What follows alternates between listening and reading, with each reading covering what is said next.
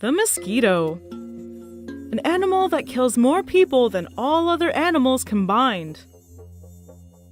Despite our best efforts, these bloodsuckers have been in the zone for over 30 million years. And we don't know how to stop them.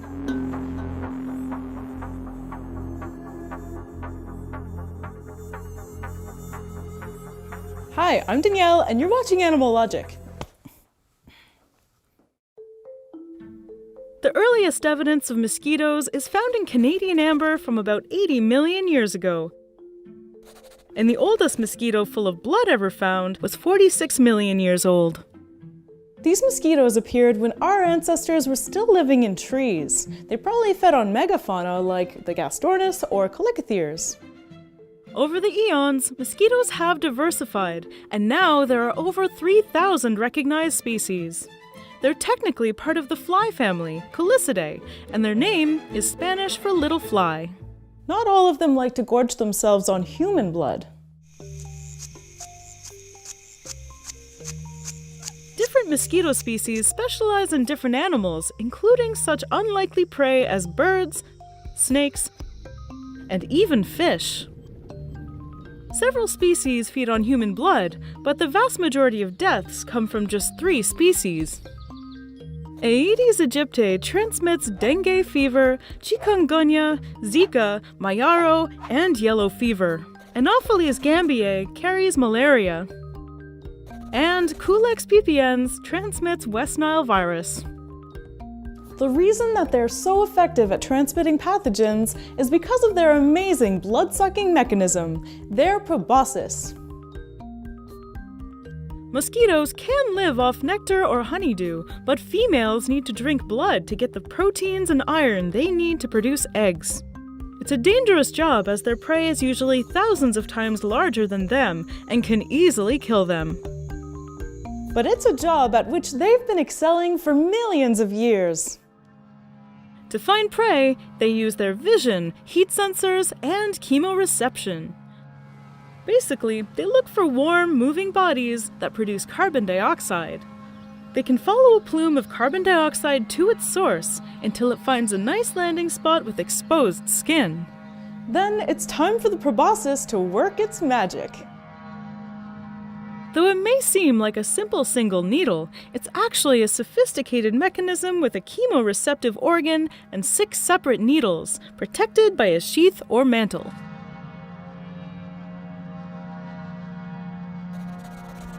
The chemoreceptive organ is called the labium. It looks for chemicals in the skin such as lactic acid and sugars in order to find the best place to bite.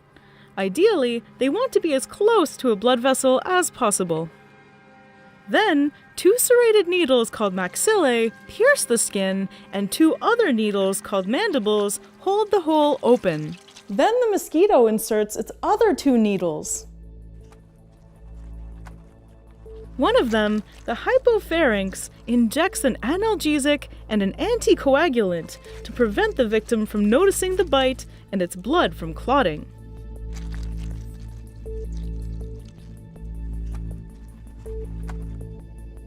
The other needle, the labrum, sucks the blood.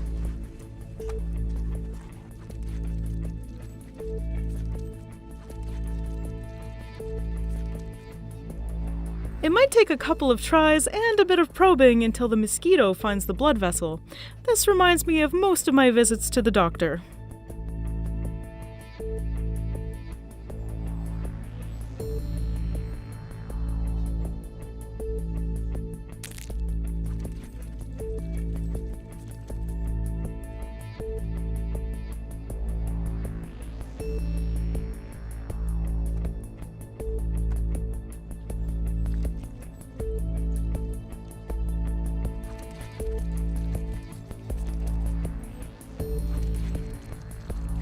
As the blood fills the mosquito's abdomen, the mosquito filters out the water from the blood so that it can pack more nutritious red blood cells.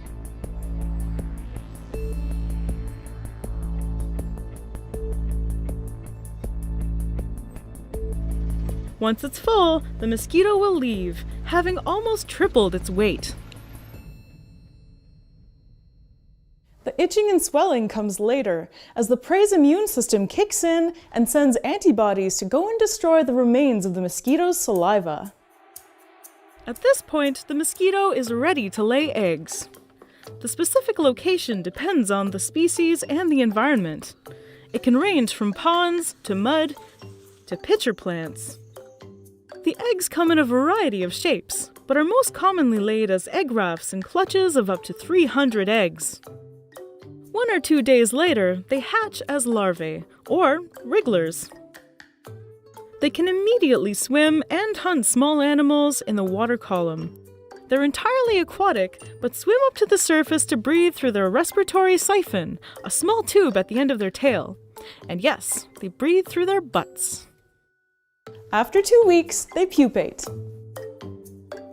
The comma-shaped pupae are known as tumblers. They can still swim, but they stop eating for up to 4 days. During this period, they breathe through 2 breathing tubes called trumpets. When the mature mosquito emerges from the water, it will first look for nectar for sustenance. But their life is so short, they only live for between 4 and 6 weeks, and they immediately switch gears to reproduction. They go cruising for a bruising. Most mosquitoes only get 1 blood meal in their life. Those who bite multiple people are the ones who spread disease. If a mosquito bites an infected person, it can host their viruses and bacteria, and if it bites another person, it can transmit those pathogens. It's essentially like sharing needles. The fight against mosquito-borne diseases is ongoing.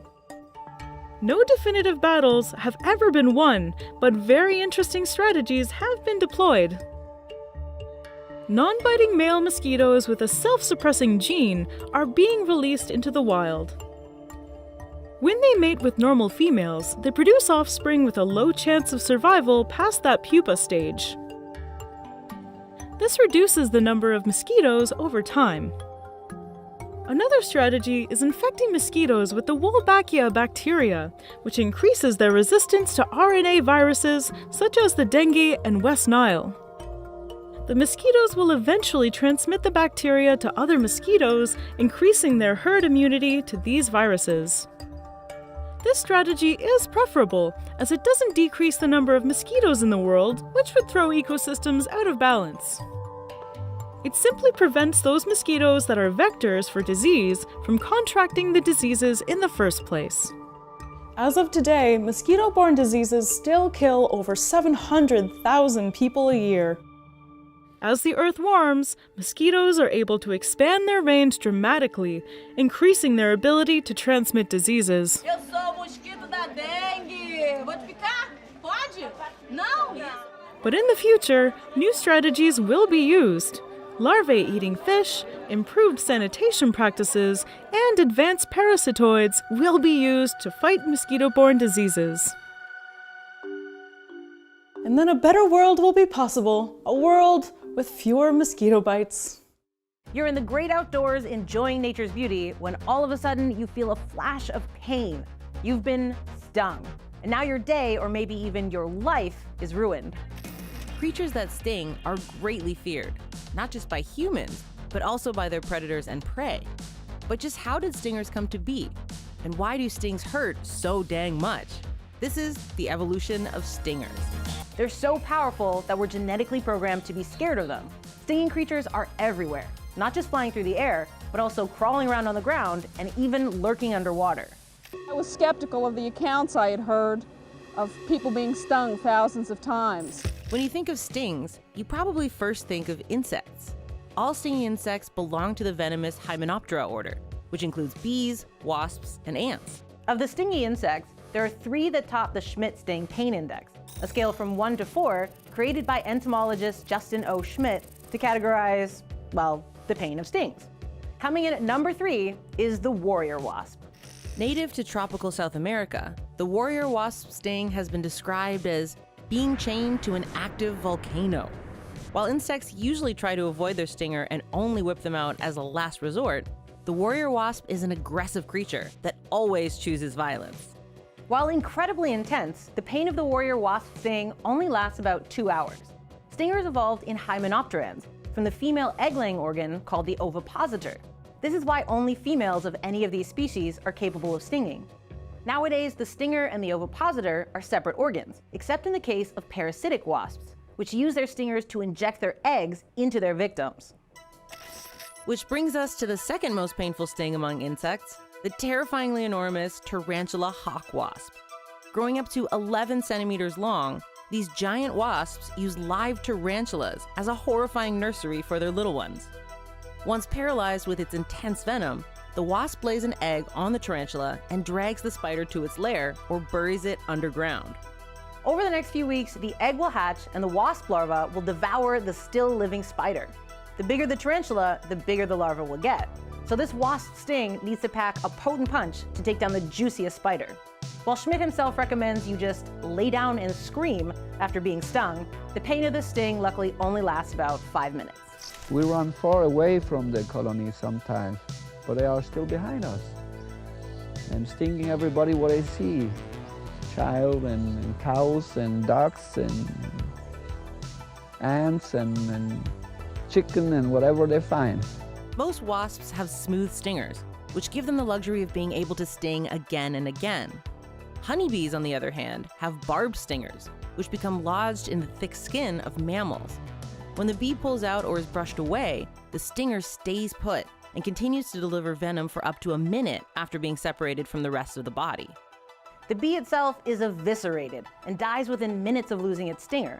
This self-sacrifice actually has a function though, releasing alarm pheromones that warn the hive about the nearby threat. Topping the list of the most painful stings is the Central and South American bullet ant. Most people associate painful ant encounters with their chomping mandibles. The bullet ant will chomp down too, but only to hold on tight so it can better stab you with its stinger. This hymenopteran is infamous for being the most painful of all, with its powerful sting making you feel like you've just been shot. Bullet ants aren't aggressive, but meddle with them and they'll give you the shock of your life. The venom in their sting contains panerotoxin, a neurotoxin that can paralyze and kill other insects and small organisms. But why would an ant need such a painful sting? It's all part of its intricate defense strategy. The ants go out and attack caterpillars and things like that are a good deal larger than they are themselves. Bullet ants are large and spend a lot of their time scurrying around out in the open, which makes them easy targets. The sting of a bullet ant is actually the last line of defense, since it has several other strategies that warn away would-be predators. First, they smell like burnt garlic, warning that they're going to taste disgusting. They also make a rhythmic squeak that warns that they're dangerous, kind of like the rattle of a rattlesnake. They're also shiny and black, giving predators a visual warning to stay away. But if all that simply isn't enough to ward off a hungry predator, that's when the stinger comes out. The venom of a bullet ant evolved to deliver the maximum amount of pain, finally sending any predator foolish enough to tangle with it running for the hills and full of regrets. Despite feeling like death is near, a single bullet ant sting can't actually kill a person.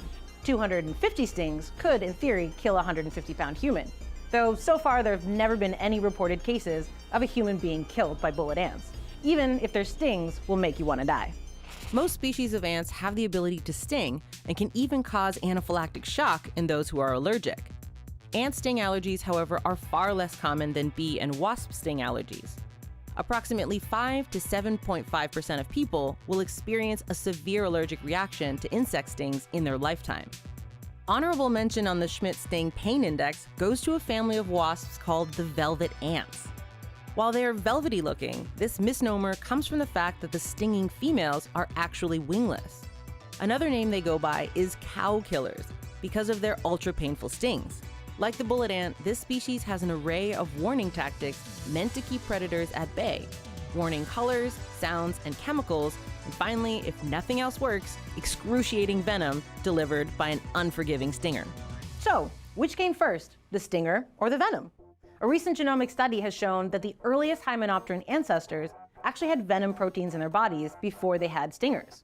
The ability to inject it into a predator or prey evolved later. But it's not just hymenopterans that are capable of stinging. Scorpions, which are distant arachnid cousins of spiders, are also synonymous with stingers. This scorpion has a poison sac near a stinger in his tail. Scorpions use their stingers to inject venom that paralyzes their prey.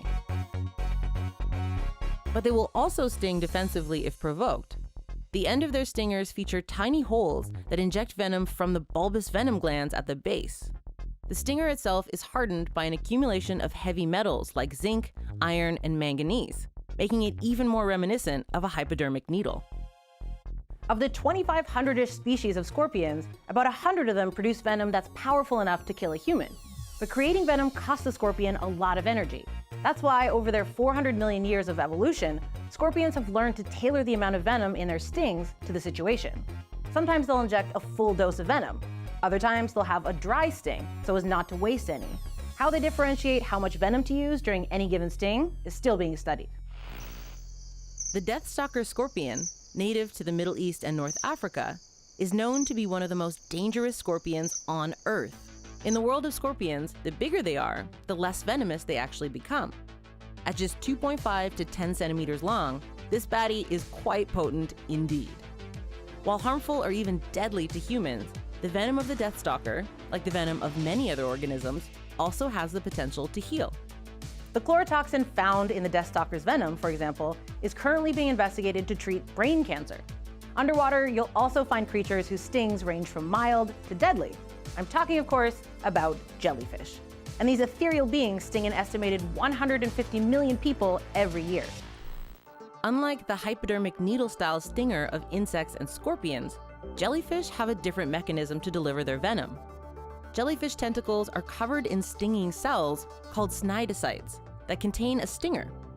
In a millionth of a second, when something brushes against the cnidocyte, the cell opens, letting ocean water in and forcing the barbed stinger and its venom to shoot out like a projectile.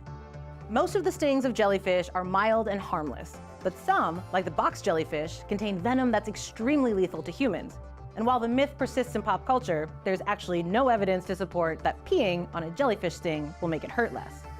Vinegar actually does help, though, in case you want to pack a bottle of balsamic in your beach bag.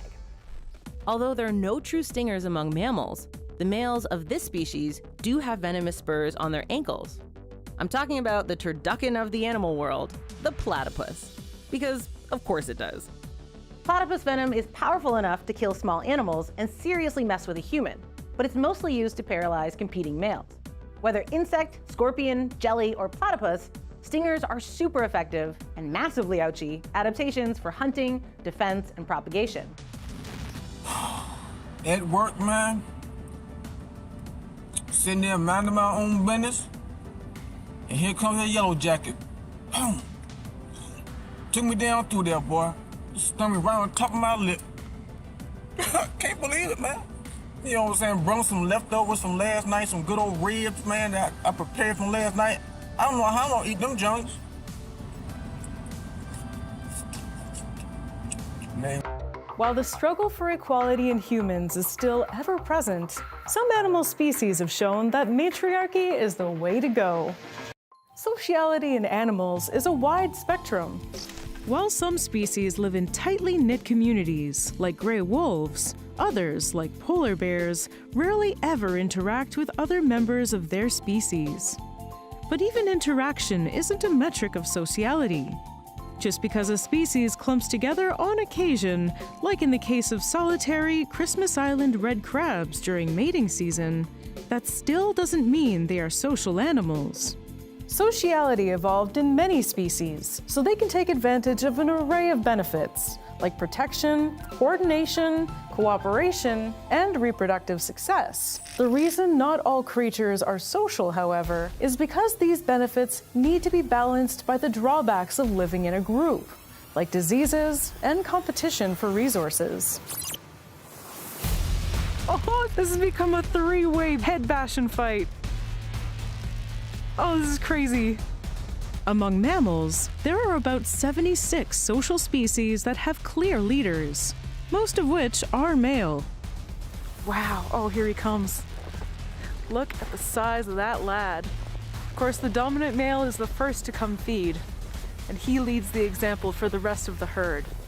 There are, however, a select few social animals that live in societies that are led by females. That ain't what I learned about women. Women scare me. Well, maybe the women are scared too, Joe. Some of the most iconic female-led animal species in the world are the elephants, who live in tightly bonded groups of related females and their young. Each member of the elephant herd is responsible for caring for the young ones, and in doing so, ensures that each elephant has 7 to 15 years of experience raising young before she reaches sexual maturity herself. The matriarch of the group is often the oldest female and is responsible for leading the troop to food and water, as well as keeping them safe from predators. What does E stand for? Why, E is for these playful young African elephants. Let's listen to them. Elephant herds are matrilineal, meaning that the leadership of the group is passed down from mothers to daughters. When the matriarch dies, her eldest daughter will take over. The reason that the eldest and therefore most experienced female leads the group is that she is better at assessing threats from predators than younger, less experienced elephants, and is therefore the ideal protector of the group.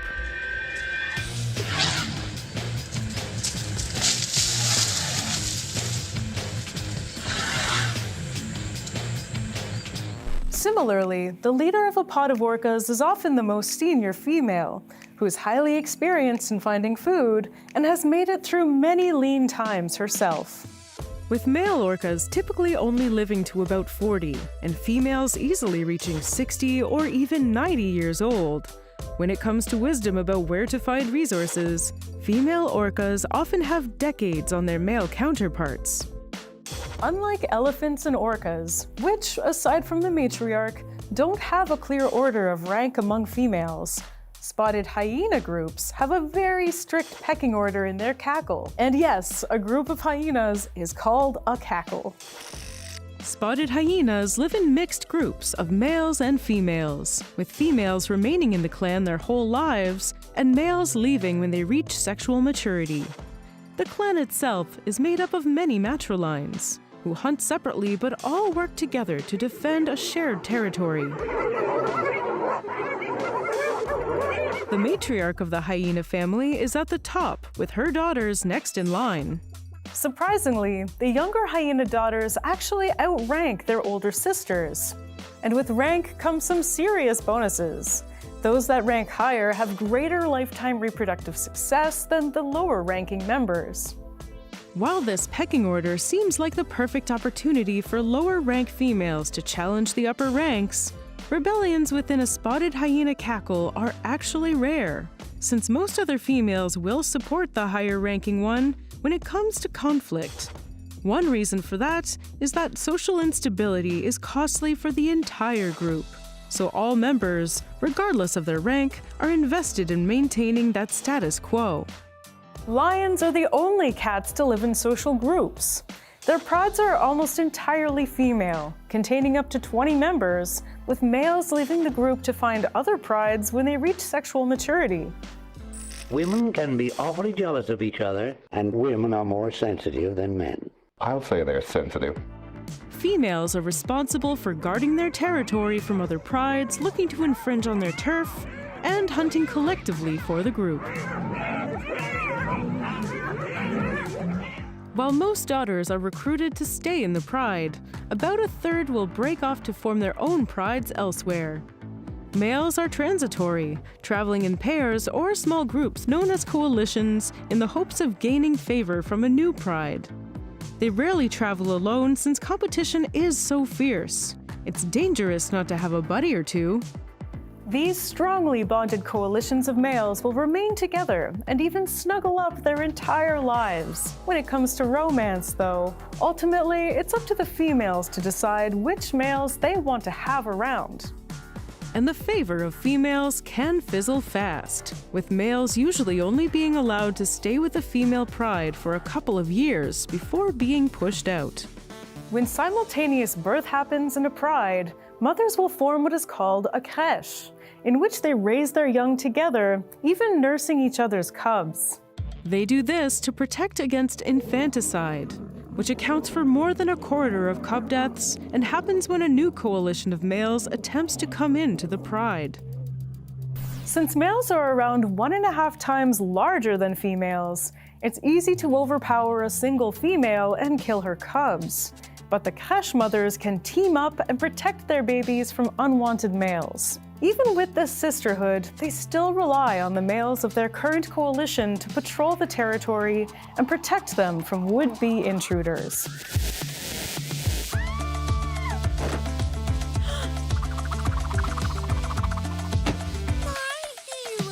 There are around 120 lemur species, all endemic to Madagascar. Most of these, like the ring-tailed lemur, live in social groups and exhibit female social dominance. Ring-tailed lemurs live in groups of 3 to 30 individuals of both males and females. Unlike other matriarchy animal groups, the lemur dominance hierarchy is not based on a family line. Like many other female-led animal societies, to ensure genetic variation, females tend to stick with their birth group, while the males venture out to other groups when they hit sexual maturity. In these female social dominance societies, female lemurs will assert their dominance over their male counterparts. Unlike other primates, lemurs are the only species that show little or no sexual dimorphism, in which males are usually significantly larger than females, so the lemur playing field is much more level. Since they are dominant, females get to choose who they mate with. When it comes to conflict between females and males, the males will almost always submit, giving up their food or even preferred sleeping spots to the challenging female. She's a sweet and lovely girl, but she's so busy being happy all the time that our little thoughts tend to wander and, oh dear, they're wandering again.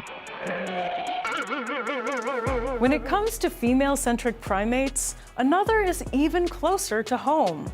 The endangered, peace-loving nymphomaniacs share 99% of our human DNA. I'm talking about bonobos, who scientists are looking at as an evolutionary model of how humans developed our traits of tolerance and cooperation.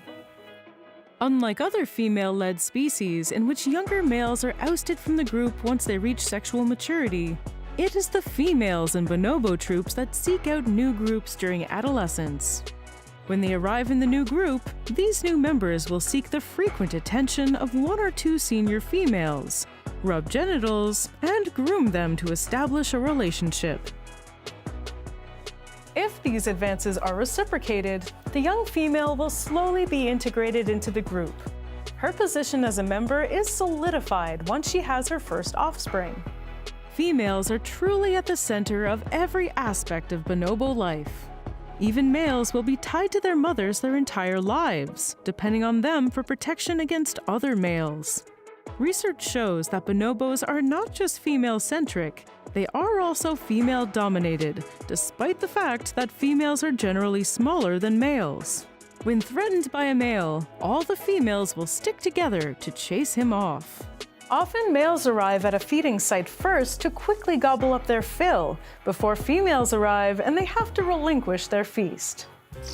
Meerkats have a completely different way of running their groups. A single dominant female is responsible for most of the reproduction in the group, along with her mate of choice, who is the father to about 90% of her offspring. The rest of upwards of 50 other members of both males and females are tasked with guarding and feeding the dominant couple's offspring. Subordinate females rarely get pregnant themselves, but if they do, their babies are either killed by the dominant female, aka grandma, or the mom is exiled from the group.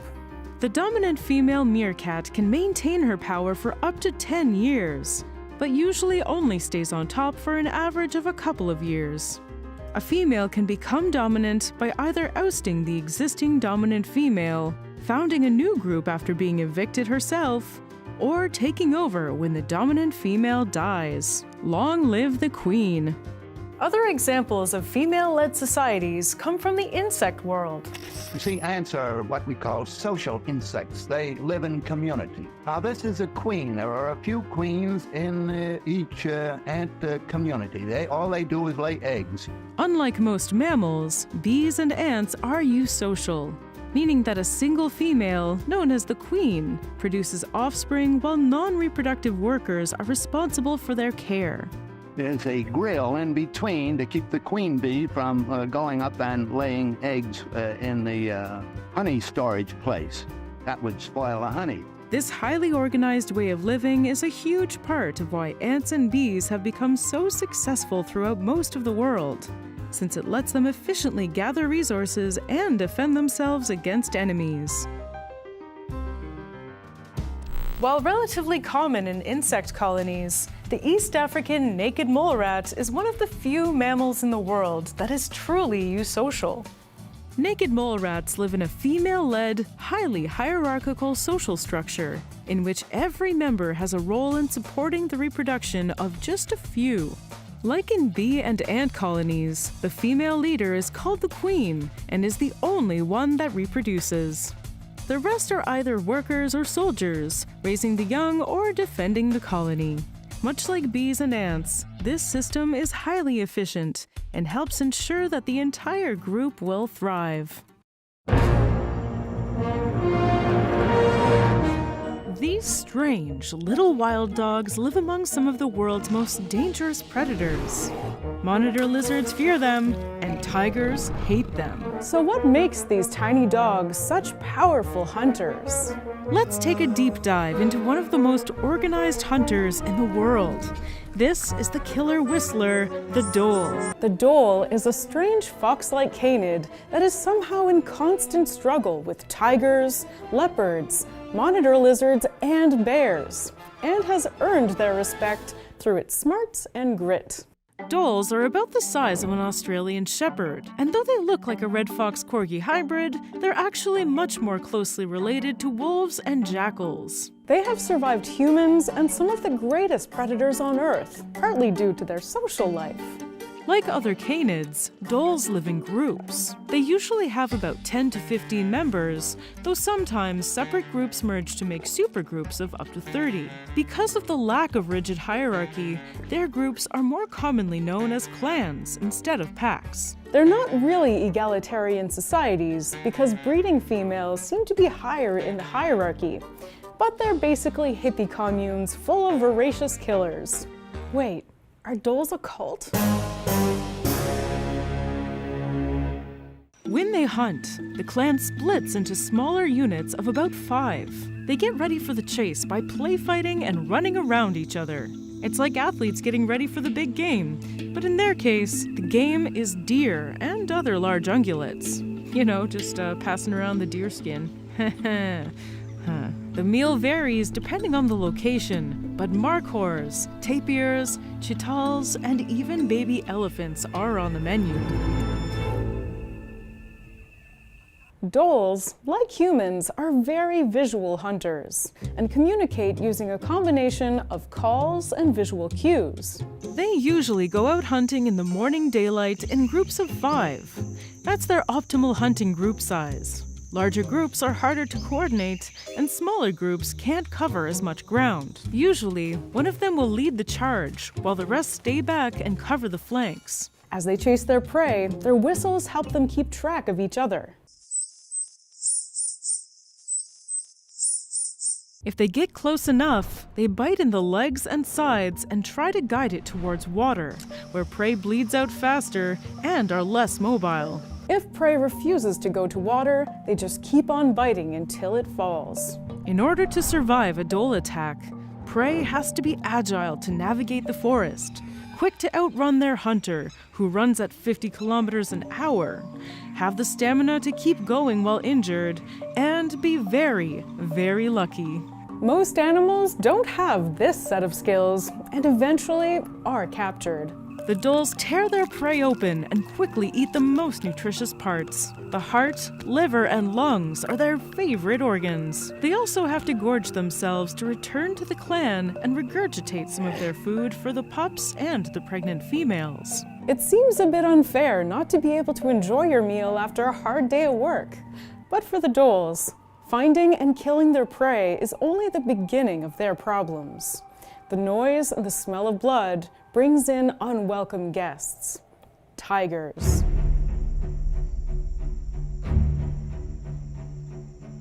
In some areas, they have to share their hunting grounds with tigers, leopards, and due to their more aquatic habitats, Asian monitor lizards. The arrival of a tiger forces Dholes to flee, as they're simply too big and too strong to do anything about it. Leopards can sometimes be fought off if a Dhole has backup, but can be a death sentence when encountered one-on-one. Asian monitor lizards, on the other hand, generally seem pretty chill to share prey with the Dhole. Except this guy. He does not seem happy. Well, maybe he's just about to puke. Bears and snow leopards can also show up in parts of their range. And of course, any of those large predators will not only steal their food, but also hunt Dholes. It's a cat-eat-dog world. In some cases, a big group of Dholes can steal a leopard's prey.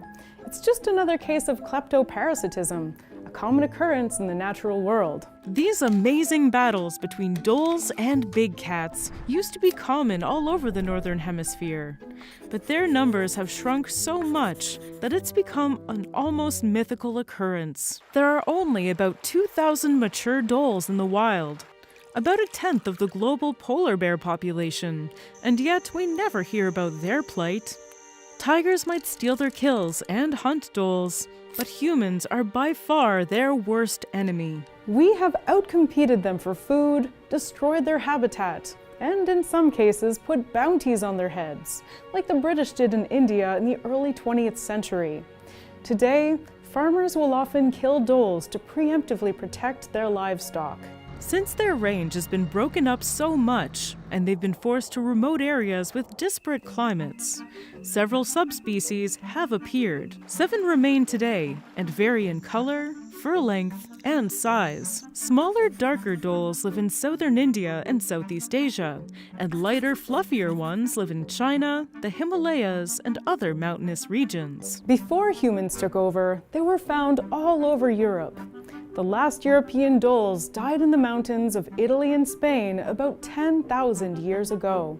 To prevent that from happening to contemporary Dholes, conservation biologists are working on specific plans for each country where Dholes live. The plans will include protecting their habitat, raising Dholes in captivity and reintroducing them in the wild, providing orphaned pups with dog foster parents, vaccinating them against disease they can acquire from domestic dogs, and launching education campaigns to improve their image in the eyes of farmers. Changing people's mentality about Dholes is crucial and will be tough. They have a reputation for being ferocious and untamable, which, to be fair, is true.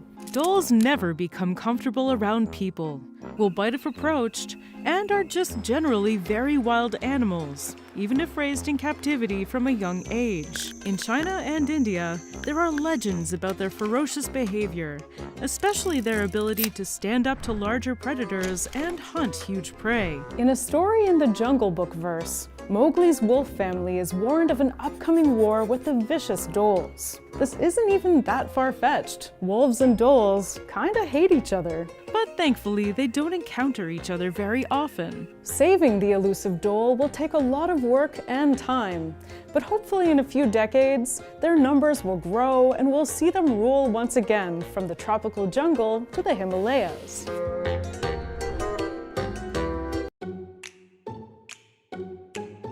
Don't let this bird's looks distract you. The secretary bird has some serious kick. The secretary bird is one of the most gorgeous and widespread birds in all of sub-Saharan Africa. They can be found strutting around in open grasslands and savannas across the continent. Despite their stork-like physique, their closest relatives are birds of prey, like eagles and hawks. And like birds of prey, they have a special ability. They can squirt their feces instead of dropping it. Wonderful. Secretary birds are basically eagles on stilts and can be up to 1.3 meters tall, which is almost as tall as I am, which for a human isn't very tall. Surprisingly, these tall birds are incredibly light, at just about 4 kilograms. Their hollow bones help them get very tall and statuesque without making them too heavy for flight.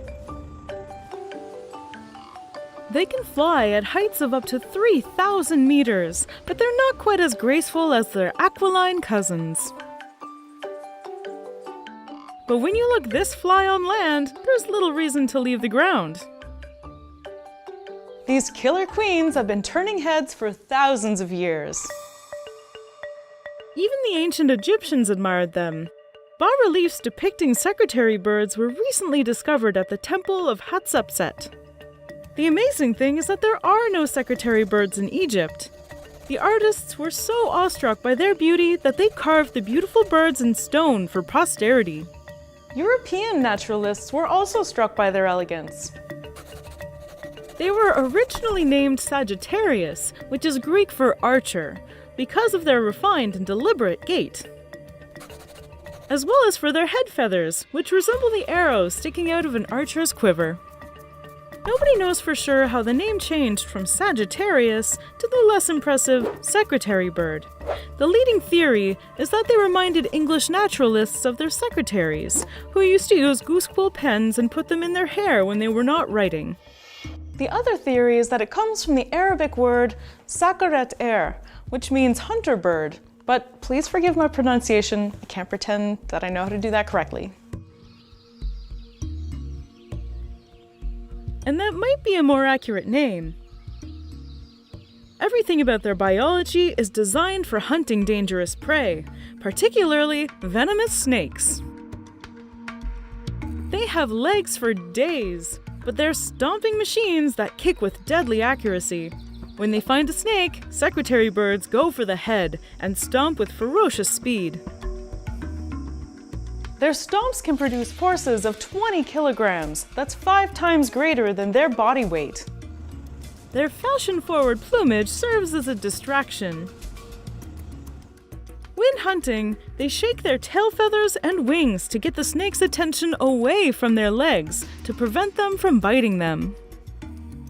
Some reports even suggest that they're at least partially immune to snake venom. As a secondary safety measure, their contact time with the snake is just about 15 milliseconds. That's faster than the blink of an eye, and more importantly, faster than a snake's reaction time. Just call them Foot of the North Star. Blink and you'll miss it. Their beautiful eyes have luscious eyelashes. These are modified feathers that filter debris when they're stomping and kicking up dust. Maybe it's an evolutionary trait developed over hundreds of thousands of years to protect their most important sensory organ. Or maybe it's Maybelline. In any case, they have the prettiest peepers in the animal kingdom. With these extravagant looks, you would expect them to be avian Casanovas, but they're really more like Romeos and Juliets. During courtship, males perform an elaborate flight display. If a female likes them, they'll form a monogamous couple and will build a large nest on an acacia tree. The nests are about 2.5 meters wide, spacious enough for the 2 secretary birds and a couple of babies. To feed their babies, secretary birds carry food in their mouths rather than with their talons. Their legs are deadly stomping machines, and their talons are sharp enough to shred prey to pieces, but their feet are not strong enough to carry heavy prey. Unfortunately, even though they can lay up to 4 eggs, usually only 2 babies survive. They have to compete with each other for the food that their parents bring home. The youngest one usually starves to death. This fratricidal conflict is also known as Cainism.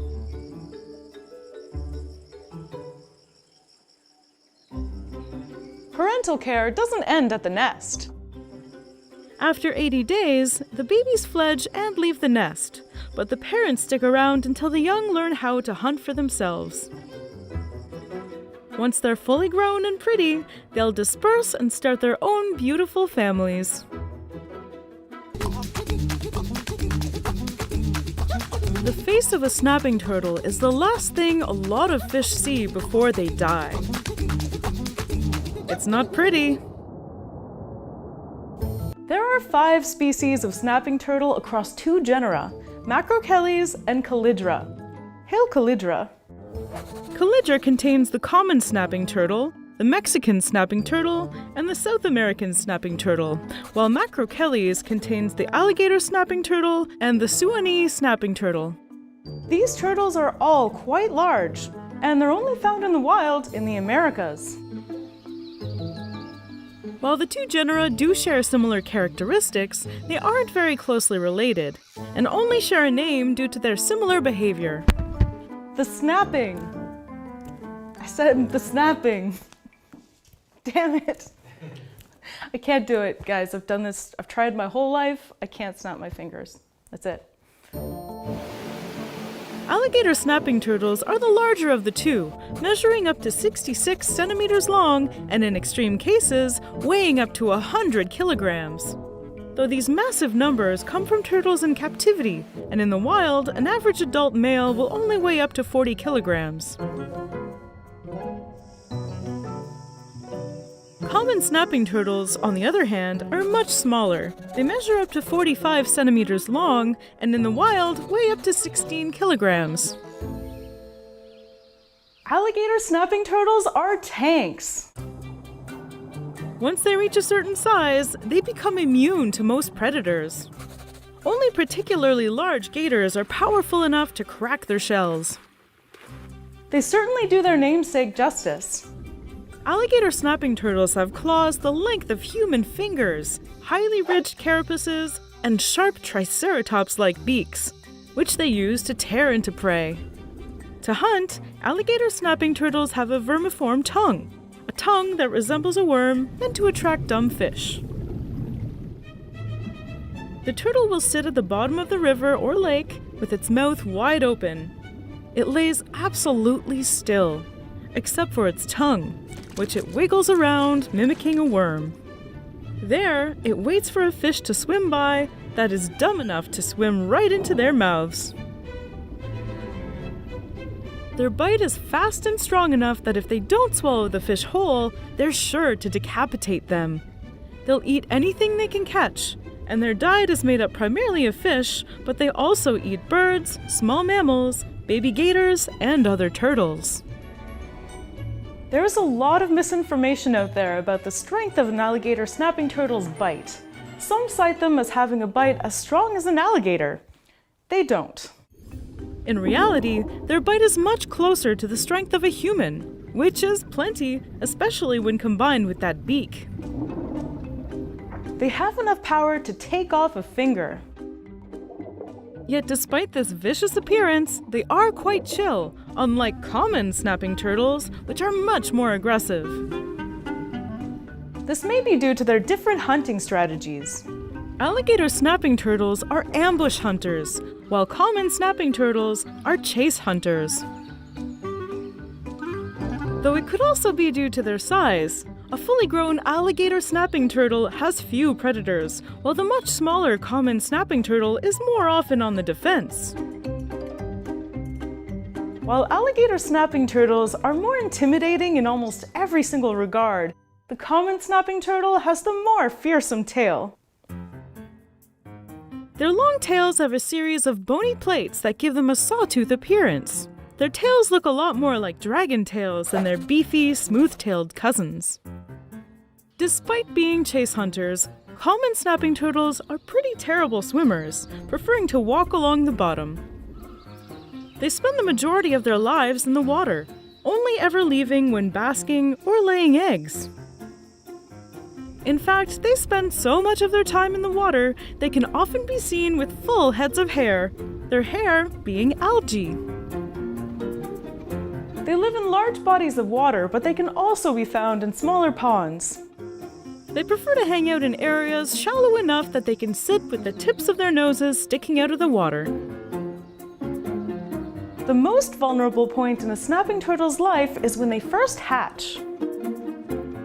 They break out of their ping-pong ball-like eggs towards the end of the summer. Often, the entire litter will hatch at the same time. Then, it's a mad rush for these dark, toony-sized turtles to get clear of the beach and into the water without being eaten. Once they're in the water, they're not home safe. Only the luckiest of the lucky survive to be big enough to ward off predators. Alligator snapping turtles are currently threatened due to overharvesting for meat, the exotic pet trade, and habitat degradation. Though the situation for snapping turtles is better than it was 70 years ago. For a long time in Canada and in the United States, turtle soup was a mainstay at restaurants. It was praised for its complexity of flavors. But as turtle numbers plummeted and indoor plumbing negated the need to go to creeks and rivers for fresh water, it became unprofitable to go out and look for turtles. At the same time, factory farming of chickens, cows, and pigs became commonplace, and turtles transitioned from being seen as a food species to being seen as cute and benevolent creatures. Soon, snapping turtle numbers began to rebound, leaving them to torment swimmers across the country. Honey badgers, great white sharks, saltwater crocodiles. You can all go home. Wolverine has entered the chat. What these predators lack in size, they more than make up for in pure audacity. Hello! You're wanting to get as close as possible to a Wolverine, first woman ever to do this. I'm going in with a Wolverine. Touch his arse. Can I? Ferocious, furry, and fearless, this is the king of chaos, the Wolverine. Today we are in the Yukon, looking for one of the world's most elusive and relentless predators, the Wolverine. Years ago, in our first season, we talked about Wolverines. But since we got the opportunity to see them up close, we had to take another look.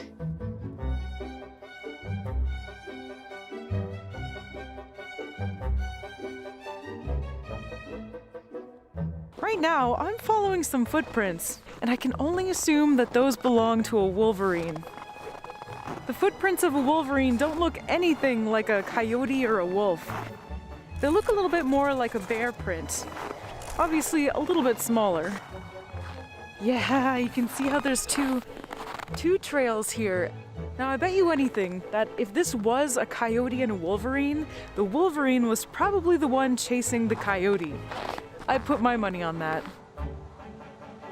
Wolverines are very elusive creatures, and seeing one in the wild is incredibly difficult.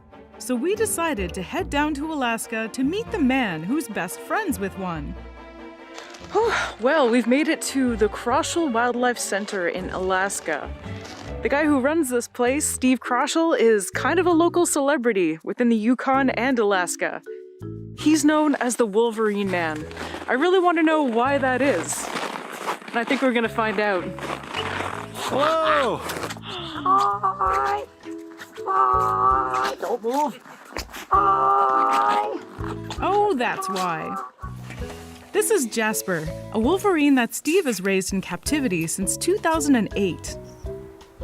This is the 6th litter of Wolverines that I've had in 40 years. Really? They're very hard to propagate in captivity. You have to go back into bloodlines that were rescues from trappers in the Arctic. So how many generations of captive Wolverines does he come from? Oh, it would have to be two, at least two, yeah. At first glance, you might mistake the Wolverine for a small bear. But really, they're more closely related to weasels. They belong to the Mustelidae family, alongside fellow cutthroat cuties like badgers, otters, pine martens, and ermines. Much like everyone's favorite X-Men, Wolverines are native to Canada, but they can also be found across boreal forests and tundras of the US and Eurasia. Which means they need to survive freezing cold, high-latitude temperatures. And after millions of years of evolution, they're not just surviving, they're thriving. Just look at those coats. Their thick, oily fur is hydrophobic, meaning it repels water. That's right, the Wolverine is waterproof. Talk about a real superpower. Without this ability, the snow or the blood of their prey would wet their skin and accelerate heat loss. In the Arctic, moisture can be deadly. Their paws are large and furry and act as snowshoes to prevent them from sinking too far into the snow. These murder mittens are equipped with semi-retractable claws that they use for climbing, digging, scaring away predators, and the occasional villain.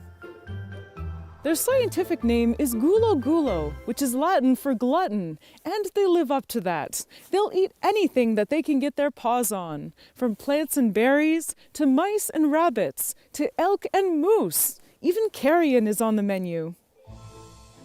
Ah, delicious carrion. All the yummy meat without the pesky time and energy spent hunting. Clever wolverines have been known to drive away much larger animals such as wolves and cougars and take over eating the carcass of their prey. Sorry, but the wolverine isn't here to make friends. Wolverines will defend their meals by any means necessary, and whatever they can't finish in one sitting is claimed by spraying it with a strong, stinky musk and burying it for later. Yum! Can you help me build a winter kill moose carcass scenario? Absolutely. Where do we start? This is a real moose. We're just putting it together like Mr. Potato. Grab that antler over there too, Danielle. Yeah. It's heavy. Hind feet, front feet from a single moose. These are hind feet. That is front foot? I don't know what that's supposed to be. Like middle of the body. This is just a dislocated leg. I'm burying parts of a moose carcass, trying to make it look like a moose that died by avalanche. Because that's exactly what wolverines are looking for. Carcasses that have been dead and frozen in the ground for some time. For the record, I didn't kill the moose, okay? It was hit by a car, and now it gets to be a part of the food chain. This is literally the opposite of what I do with the rom. Over there, I take the bones out of the ground. Right now, I'm putting them in the ground. Does that look good? Does this look like a moose that died by avalanche?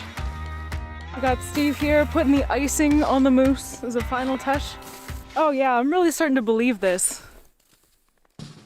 Just start pounding away on that moose carcass. That's it. Summon my inner Wolverine. Yes, that's the body of the moose right there. Pack away, pack, pack, pack. Pound it down. Oh, I can smell it. Yep. You're gonna be a new woman by the time you're done here, Danielle. So what are we doing right here with these buckets of water? What I'm doing is I'm trying to get this solid because a Wolverine is smart. They'll know this is a fake movie set. So we want it to last more than a few seconds. It'll freeze shortly and then we'll bring the Wolverine in here and all hell's gonna break loose. Great. What do you think of this Wolverine meal? I think it's perfect. Yeah? It looks like Thanksgiving. Come and get it. While you and I see the world through our eyes, Wolverines see the world through their nose. The Wolverine sense of smell is outstanding. They can smell 1 molecule out of 5 million in the air, whereas me, I can just smell 1 in 250,000. That's leagues better than me. They find food using their incredible sense of smell. Wolverines have the ability to sniff out carcasses buried under 20 feet of snow. With so much of their prey being killed in avalanches every year, the Wolverine's heightened sense of smell is key to their survival.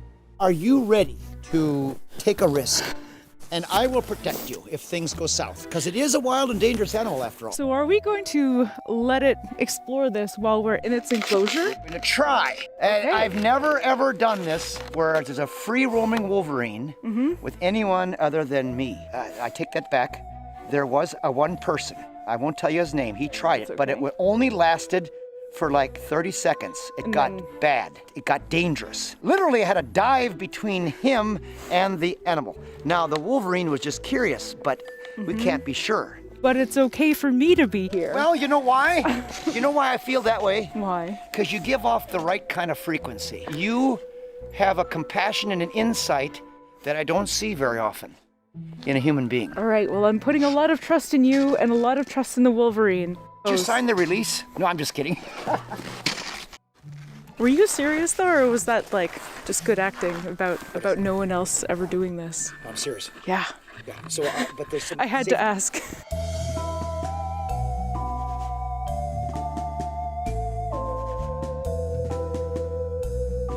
Are you all ready? I'm all ready. Just getting my gloves on. I'll be good to go. I've got something I want to give you. Oh, what's this?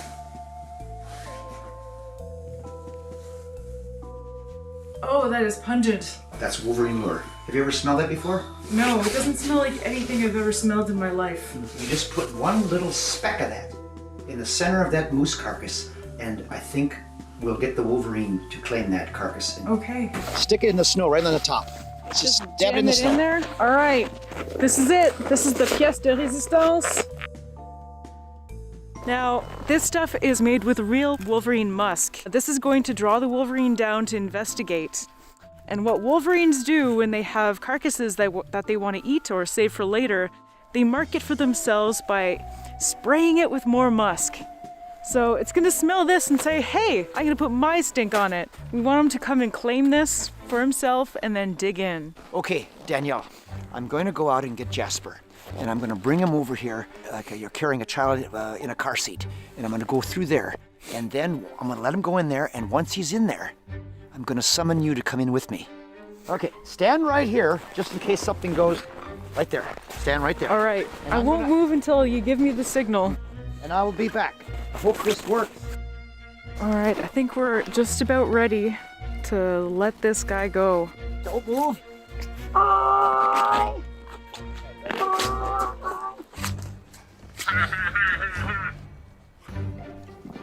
Here we go. I hope Jasper likes dinner. Here we go. I'm going in with the Wolverine. Okay. Oh, he's going straight for it. Yeah. Oh, look at that.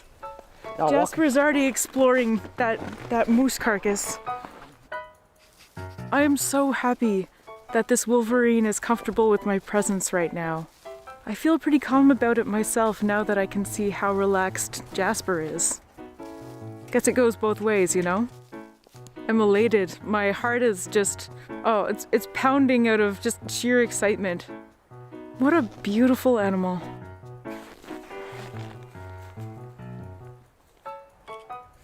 Don't worry, I'm not gonna stand on your moose. It's all yours. Oh my goodness.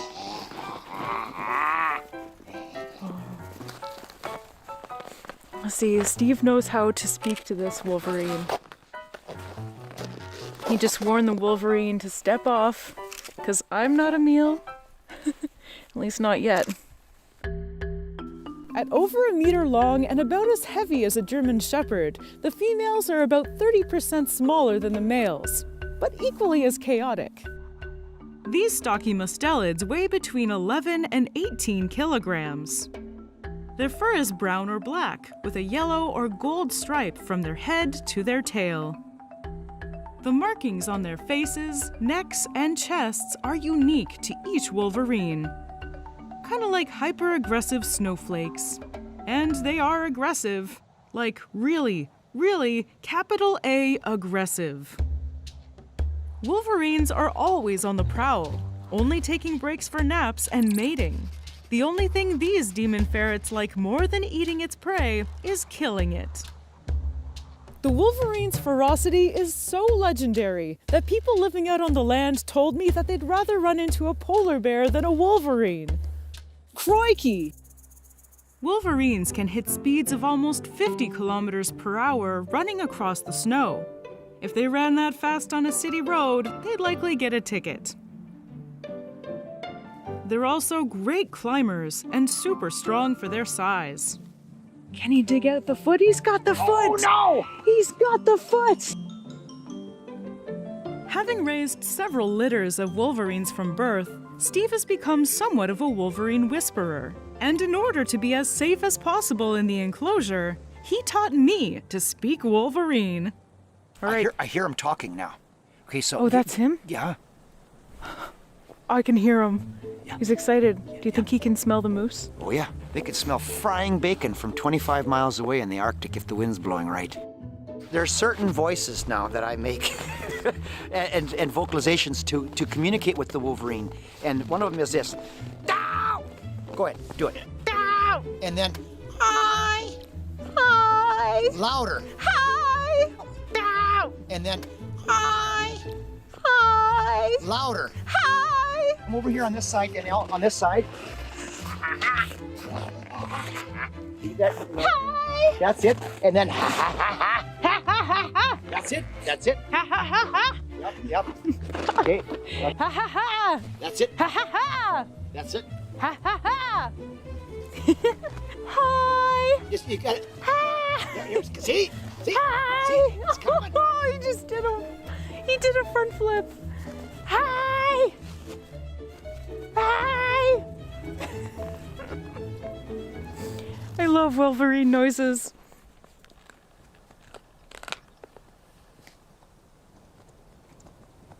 You hear that? That's moose bone breaking in his teeth. All of their front teeth are extremely sharp and long. All the better for crunching into that frozen flesh. But the teeth at the back of their mouths, their molars, those are built for crunching through bone. A wolverine's third upper molar is actually turned inwards like other mustelids, except theirs is way bigger. And this is designed to help them hold onto and crunch bones much more effectively, especially because most of their meals, like this one, are frozen. So he's grabbing onto that meat and twisting and turning to pull off pieces of frozen flesh. Now, wolverines don't mind at all if their meal is frozen. Frozen meat is what they're built for. In the wild, if you got this close to a wolverine on a carcass, that would be a true miracle. Oh, I bet. You'd have to be, and it might only happen once in a lifetime. Well, he's extremely patient, and I'm grateful for that. Oh, that looks like fun. I want to join him with that. I want to roll around on my back in the snow. Wolverines, everything they do, even if they're starving to death in the wild, is about having fun while you're trying to survive. They're comical. They're not a ferocious, nasty animal. An animal that does have interest in having fun is a sheer sign of intelligence. And it just goes to show just how smart these animals are. While many species in their range get through the winter by hibernating, wolverines just don't care about the cold. While everyone else is sleeping, the wolverine gets to hunting. This is the other benefit of being able to smell through the snow. They can easily find animals hibernating under the snow and make sure they never wake up again. Don't work hard, work smart. It really doesn't matter if you're dead or alive. Everything looks like a gourmet meal to a wolverine. When they find a moose carcass, they'll often take up residence inside its body, like Han freaking Solo in a tauntaun. Many of my bush pilot friends in the Arctic, they're flying over, they see where one is in a caribou. That's amazing. Or a moose. Yeah. They get very possessive too. Combine the wolverine's bite, thick hide, and sharp claws with a large dash of brazen confidence, and you've got one deadly predator. The wolverine is so tenacious that it can take down animals up to 5 times their own size. The wolverine kills its prey with a bite to the neck, which severs its tendons and crushes its throat. But even the kings and queens of chaos aren't impervious to predators. They have to watch out for wolves. Wolverines can take on 1, 2, even 3 wolves, but if they're ganged up on by a pack, they can get themselves killed. On the plus side, wolves kill other animals, thereby creating yummy carrion for the wolverine. They have a complicated relationship, to say the least. Wolverines are super solitary and extremely territorial. They're always on a solo quest for food, and only ever stop munching to mate and raise kids. The male's home range is huge and can be up to 620 square kilometers. They mark that territory and communicate with other animals using their anal scent glands. That pungent odor is the reason they've earned nicknames like Skunk Bear and Nasty Cat. That's a bit rude. Make fun of their smell all you want, but spreading their stinky musk is how they meet partners. Wolverines are a polygamous species that can mate with any member of the opposite sex living in or overlapping with their territory. Breeding season is between May and August, and the females are the first ones to make a move. After they first meet up, they'll mate for a couple days and then go their separate ways. Females have the ability to delay the implantation of the eggs until as late as the following spring. The actual gestation only lasts 30 to 50 days. Once she's safe and hidden in her den, Mom will give birth to 3 kids. Wolverine dads used to get a bad rap, but recent research suggests that they play a bigger role in raising kids than previously thought.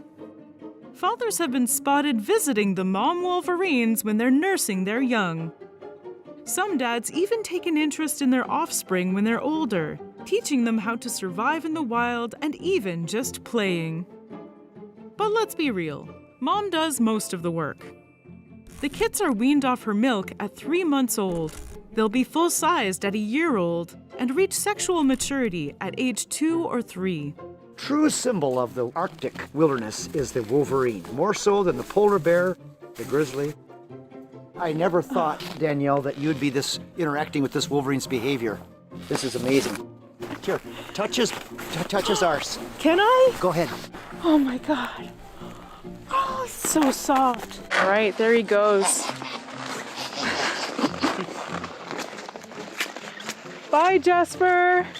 I love you. Researchers aren't sure how many Wolverines there are in the world. They're so elusive and mysterious. But their numbers took a big hit back when humans used to hunt them for their fur. They're also threatened by global warming. Wolverines need deep mountain snows to den, and scientists believe their habitats will shrink as temperatures rise. So let's fight climate change and protect the Wolverines. They'd do the same for us. Actually, on second thought, maybe they wouldn't. They'd probably just let us all die and happily feast on our carcasses. Classic Wolverine.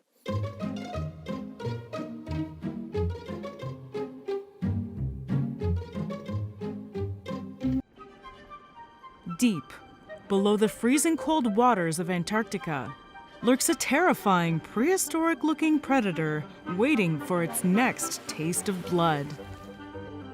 It glides through the ocean with a long and powerful body, measuring more than 3 meters.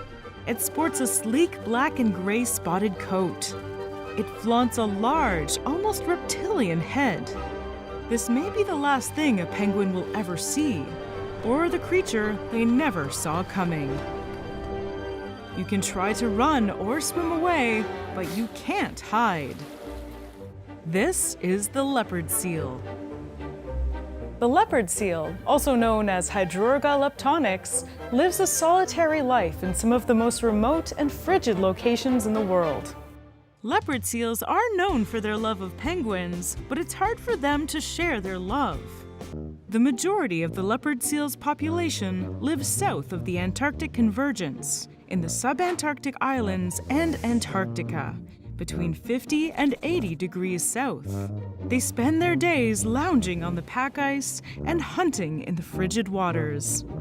They are the 3rd largest type of seal in the world. Only elephant seals and walruses are larger.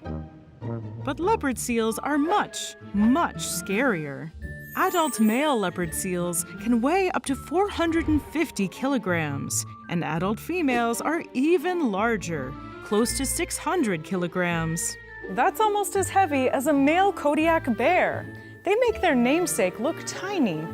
Leopard seals eat a wide variety of foods, using their wide, gaping mouths and massive jaws to get the job done.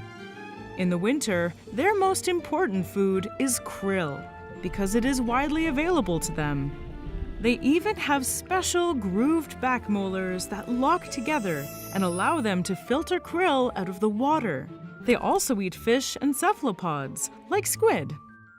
But like their feline namesakes, leopard seals are fierce predators. They have a reputation as one of the deadliest predators in the ocean. Plus, they are the only type of seals to feed on warm-blooded prey. This prey includes penguins and even other seals. In order to catch their prey, leopard seals employ several different hunting tactics. One of these is the wait and rush tactic. Catching their prey off guard, the leopard seal pounces. They may also come up beneath an animal resting on the water's surface and snatch them in their jaws. As for other tactics, there's stalking, where the leopard seal hides beneath the water with only its nostrils exposed. It waits at the edge of a pool and then pounces when the time is right. And finally, there's open hunting, where the leopard seal makes no attempt to conceal itself. Once their prey is caught, eating it presents its own challenges. 1, they can't hold their prey with their fins. And 2, they don't have shearing teeth like lions to cut their prey into bite-sized pieces. Instead, leopard seals must thrash and shake their prey to break it down. They will rapidly sling their catch in an arc over their heads, smashing it on the water's surface until it breaks open. A brutal tactic, but a clever solution for the hungry seal. Leopard seals have been known to play with their food, but what's play for the leopard seal is life or death for their prey.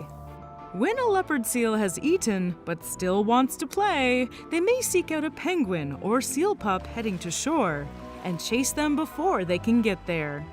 They may do this over and over again until their prey successfully makes it to shore or succumbs to exhaustion.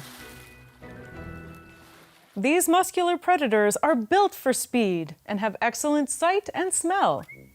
Their streamlined shape and flippers can help propel leopard seals through the water at speeds of up to 40 kilometers per hour. Their longest recorded dive is about 15 minutes. But due to their feeding habits, they typically do not need to dive deeply. Regardless of their massive jaws, leopard seals take small bites to consume their prey, savoring every bite. The ends of a leopard seal's mouth are permanently curled upwards. So are they smiling? Or is that a menacing grin? It's like I can hear the leopard seal asking, "Why so serious?" At this point, it likely wouldn't surprise you to know that leopard seals do not play well with other leopard seals. Generally, they hunt alone and are never seen with more than 1 or 2 other seals. When hunting in the same area, leopard seals are widely spaced. On the occasions leopard seals haul out onto land, they are extremely territorial. If another leopard seal crosses their boundaries, they'll let out a warning growl before defending their space with violence. Because leopard seals lead such solitary lives in inhospitable places, it's difficult to determine population size with any degree of accuracy. But the current estimate stands at between 220,000 to 440,000. Leopard seals of both sexes are very vocal during the mating season. During singing cycles, the lone males will alternate between periods of vocalizing and silence. Vocalizing occurs while seals are underwater and consists of local calls and long-distance broadcast calls. They are known to have 12 unique vocalizations, all within the 65 to 4800 Hz range. There are also some regional variations or accents in their calls.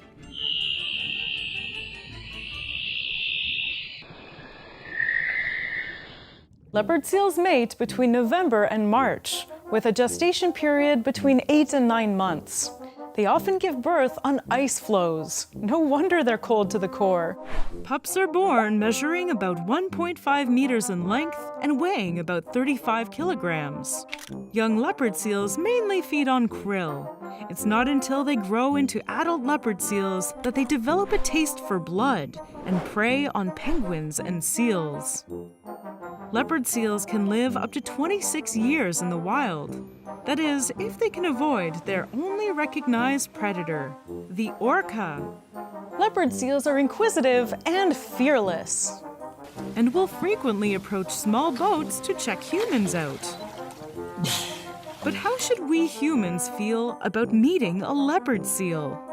In 2006, a photographer named Paul Nicklin dove into Antarctic waters to try and capture leopard seals in their natural habitat. For several days, a female leopard seal brought Nicklin penguins in what Nicklin thought was an attempt to feed him or teach him to feed himself. But it might have been a Hansel and Gretel situation. But the same nurturing nature hasn't always been present in other human-leopard seal interactions. On his infamous Antarctic expedition in the early 1900s aboard the Endurance, Ernest Shackleton's party was attacked by a leopard seal. Fortunately, no one was hurt, and after dealing with the predator, they found it had a belly full of undigested fish. In 1985, Scottish explorer Gareth Wood was bitten twice on the leg when a leopard seal tried to drag him into the water. And in 2003, a marine biologist working with the British Antarctic Survey drowned after being dragged nearly 60 meters underwater by a leopard seal. These events are a sobering reminder that leopard seals and all wild creatures should be treated with the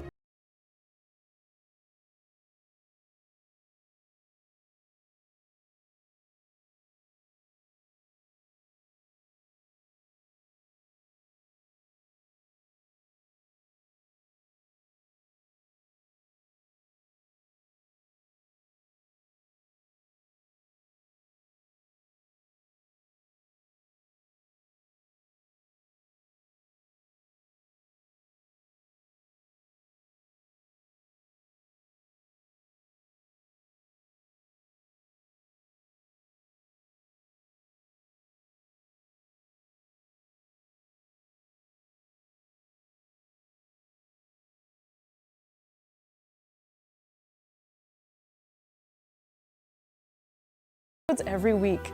See you later!